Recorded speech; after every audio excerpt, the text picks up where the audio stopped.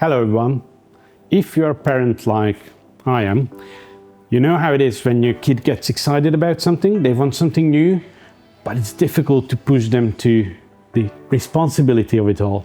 And it's no different with aquariums, but it seems EHEIM just got the answer for it. So, this is the EHEIM Aquafamily, which seems like a simple set aquarium. This might be a bit strange in this environment. We usually don't go with set aquariums, but what's special about this, it is specifically designed for children and for them to learn about nature, fish and aquarium keeping. How does it do that? We're gonna go through it all today.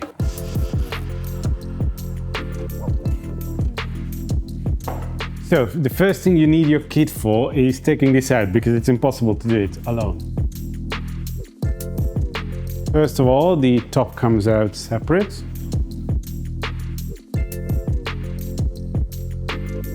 There's a lid on top which includes the light itself, and it's actually not just one light, so there is one for the plants, but there is also another one on the outside, which is just an ambient light.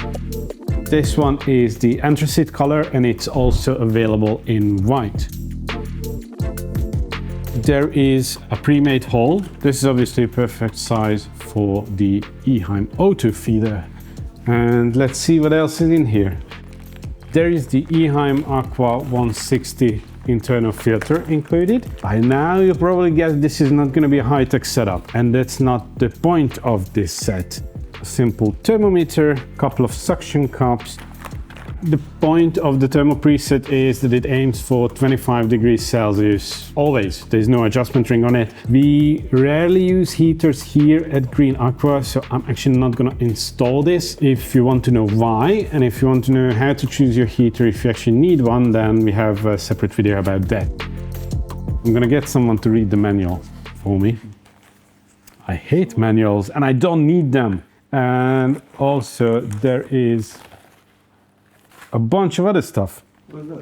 What is that? Says the experienced camera guy of Green Aqua, and doesn't know what active carbon is.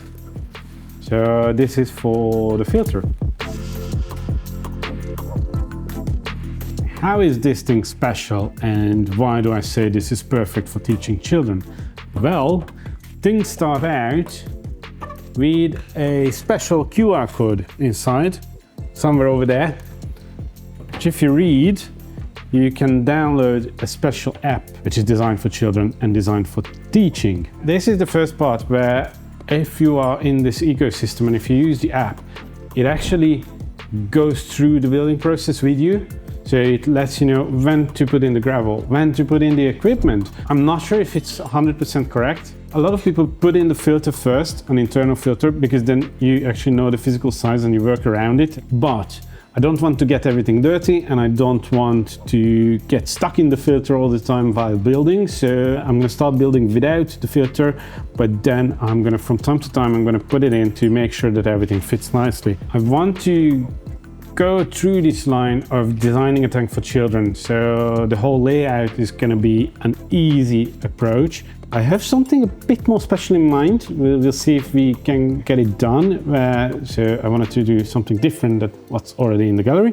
Since I'm basically going low tech, I'm going to go epiphytes only, but in a slightly different way. Sorry for interrupting, but I need to let you know that after a very long merge drought, Green Aqua merch is finally back. We've got t-shirts, hoodies, mugs, canvas bags, towels and keychains. Basically everything that you need to quietly inform the world that aquariums are your entire personality. They are all available now in the Green Aqua web shop. And every purchase also helps support what we do here on the channel. So much appreciated. So if you want to look good, drink coffee in style, or be reminded that Green Aqua exists every single time you reach for your keys, check out the new Green Aqua merch. Alright, head over. Now back to the fish, or plants, or whatever we do today. So, I have some gravel which is pre-washed. You can clearly see I'm not using any substrate because as the set itself is low-tech, the layout itself is going to be low-tech as well. You can see that it's a very thin layer of gravel. It's actually not even visible from the front. I'm sort of keeping it below the line of the plastic cover on the bottom.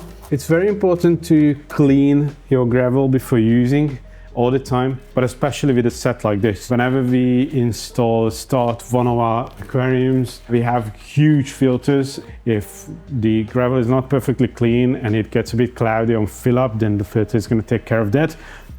Don't put that stress on a small internal filter. This is going to be the main piece of the tank, but I'm going to put big pieces of rocks all around it to hold it down.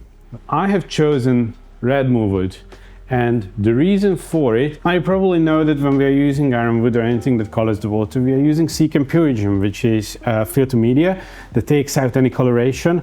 Since I'm using the internal filter that comes with the set, I can't fit that filter media in this, so that's why I'm using a wood that won't color the water. If you want to know more about hardscape and things like this, which wood colors, which wood doesn't, which rock hardens your water and which doesn't, we have a very detailed video about all the types of hardscapes we have and how they behave underwater. I've prepared some Black Pebble rocks. I'm going to cover most of the bottom. So even though I have the gravel, I'm going to put these on top, and there's not going to be a lot of space in between them. I have a big rock about here. For the same reason I said for cleaning the gravel, we've cleaned the rocks as well, which we usually don't do, but I want to get around of all the cloudiness in the beginning. Now this rock at the moment seems very dark because it's wet, because we washed it. Once it's filled up and lit by the light, it's gonna be slightly lighter in color, so it's more like gray than this very dark, almost black. I don't know the glass thickness, I didn't check.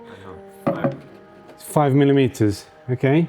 That should be enough to hold all these, because we're gonna have to actually move this tank into its place. Now, that is something that I would highly recommend not to do.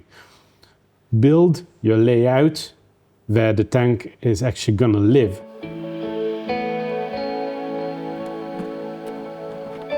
Now it's very much in place, but it touches the glass here and it touches the glass here. Now, again, if you are new to this, try to keep some distance to be able to clean the glass later on. In its current form, the wood would float up. So I said in the beginning that I don't want to glue, but that would be one option, to actually glue the wood to the rocks, and that would keep it down.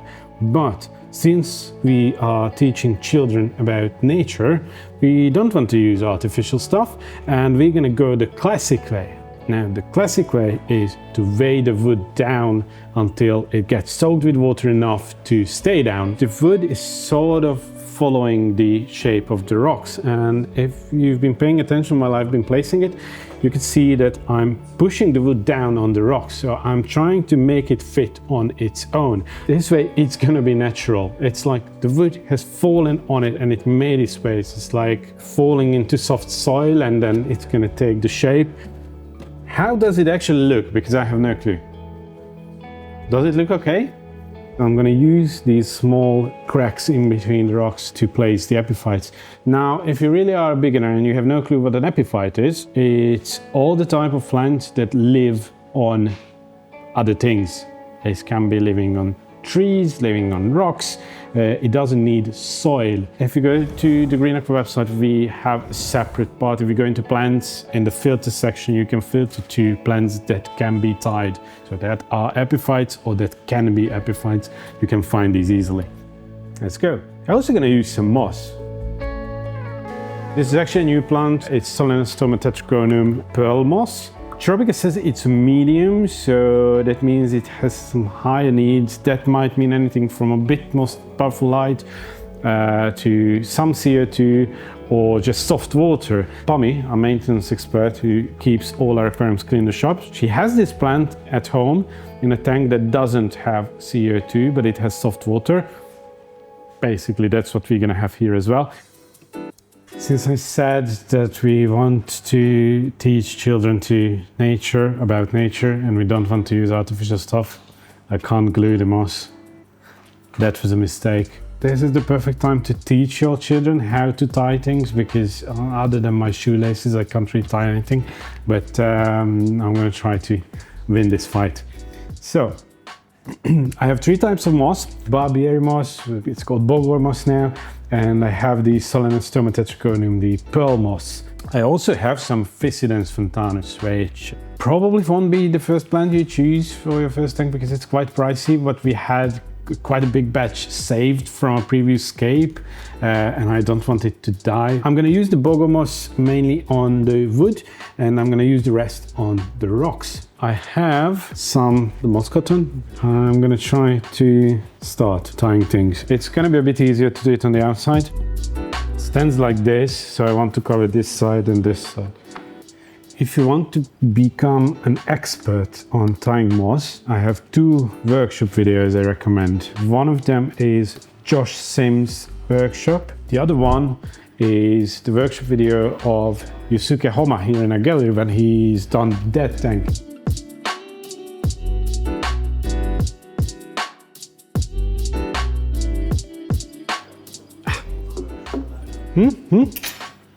I've become the master of tying. So now this is a bit easier because it's wet. Yeah, so this is again something that you can easily do with your kid. Maybe they are even better at this than you are. Aquariums can teach a lot of things to children.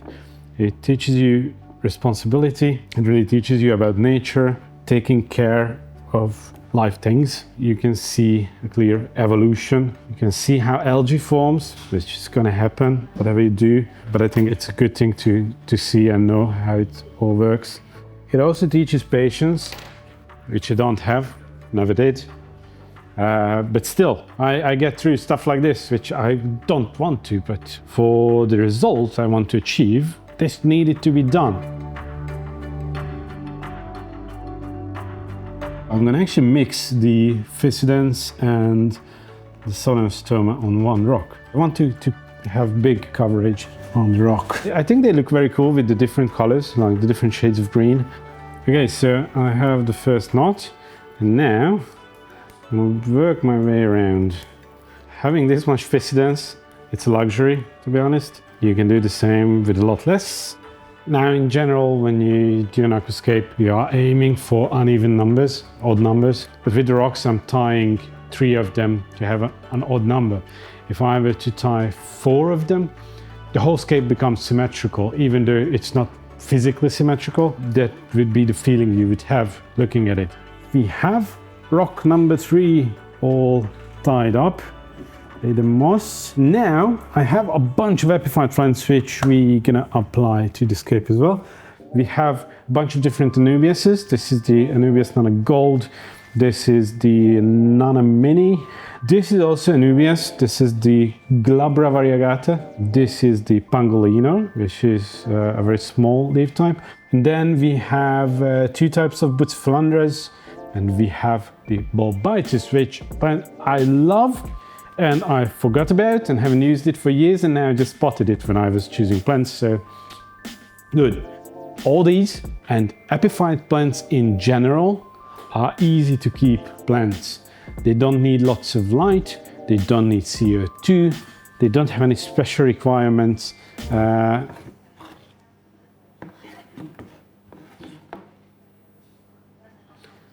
They don't need lots of light, they don't need CO2, they don't have special requirements. They're also slow growing. There's not that much maintenance, like with quick stem plants. These are perfect for newcomers. Adding an epiphyte plant takes, put it in between the rocks in that hole. That's it. Obviously, I can do this quite quickly, even if the tank has already been started. I would recommend dropping the water level. You're gonna do water changes anyway. Drop it to halfway, put in new plants, and fill it back up. I'm trying to balance out the scape, so whatever goes on one side, it goes on the other side as well. These kinds of epiphyte plants, it doesn't matter if you tie them on a rock or a piece of wood, you glue them on, or you just pop them in cracks like this. What you need to achieve is to prevent the plant floating up on the first fill up.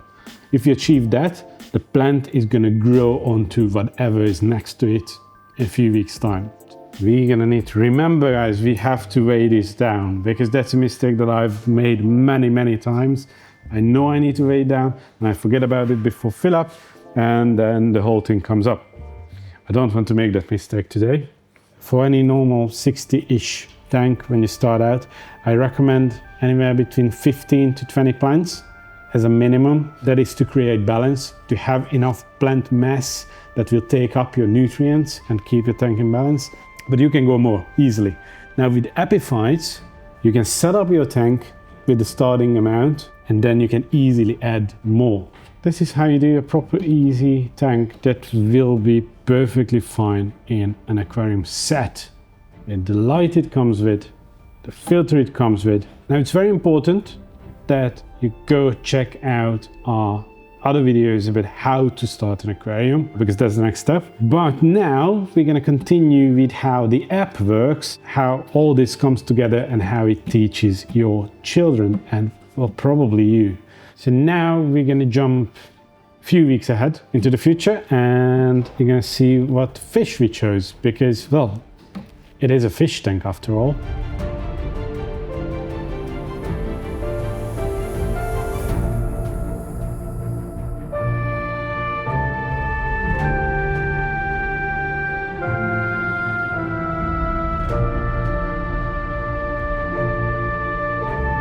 So here we are a bit over a month later after setup, and this whole thing works.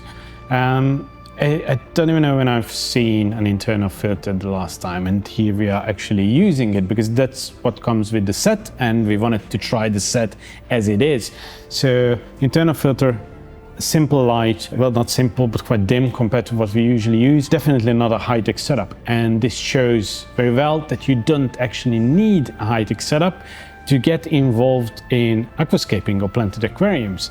All the plants that we've gone with, the Anubias, Bucephalandras, the simple moss, they work really well in such an environment. We talk about this a lot, but having success in aquascaping, it highly depends on how much research you do and choosing the correct items, be it technical items or just the plants in this case.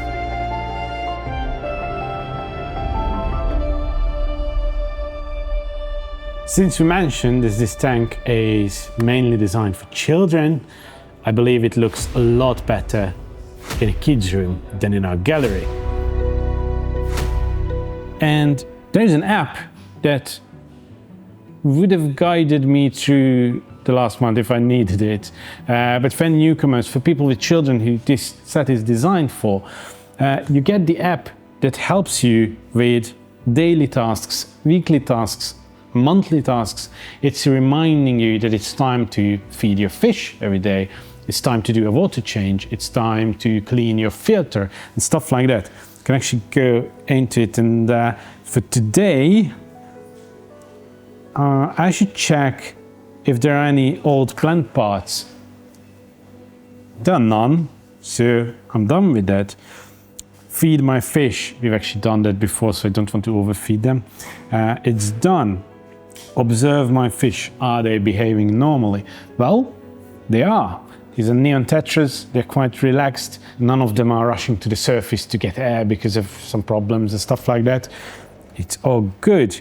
And I should check my equipment, check the water temperature if the heater is running. Well, we don't run the heater, so I can't check that, but I know that the temp is okay.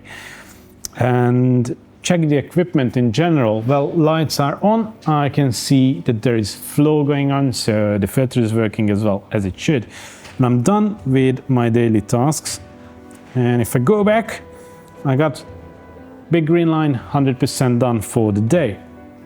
And also there is a calendar where I can check ahead of what my upcoming tasks are for the coming days or weeks.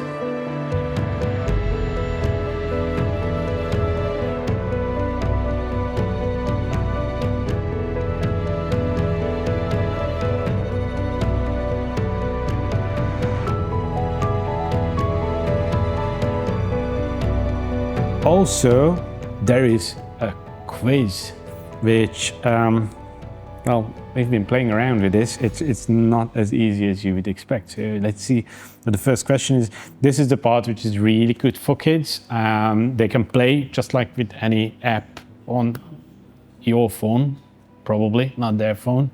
Do fish have ears? That's the first question. I'm gonna say yes. Yeah, exactly. Of course they have. That's why I knew. How do fish sleep? Not at all with eyes open or with eyes closed. I think with eyes open. Last question. What do fish breathe through? Eyes, gills, lungs, belly. So obviously they have gills, and I got 100 out of 100. I'm an expert on fish.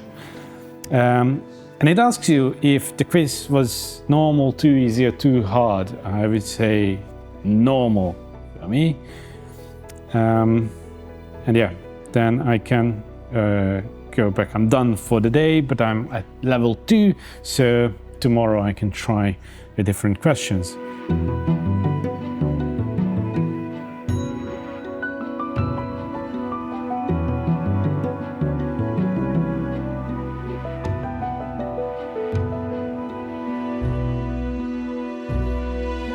Besides all the fun and the reminders, there are actually setup things in the app as well, especially for the light. This is what's a bit weird for me, considering that this really is a simple setup and that's its purpose.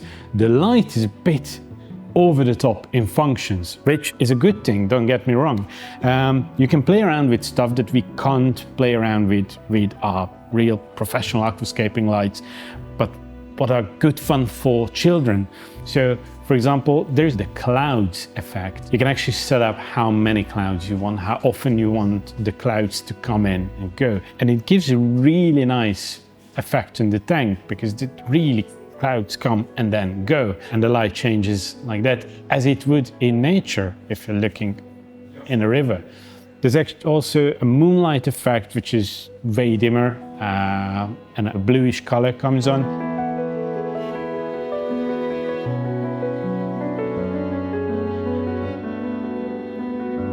So this is the EHEIM Aquafamily set and the Aquafamily app. I think it's great fun for your kids to do something together with your children. I believe that's the best part about it, and get them learning about nature and aquariums and fish and all the stuff we love.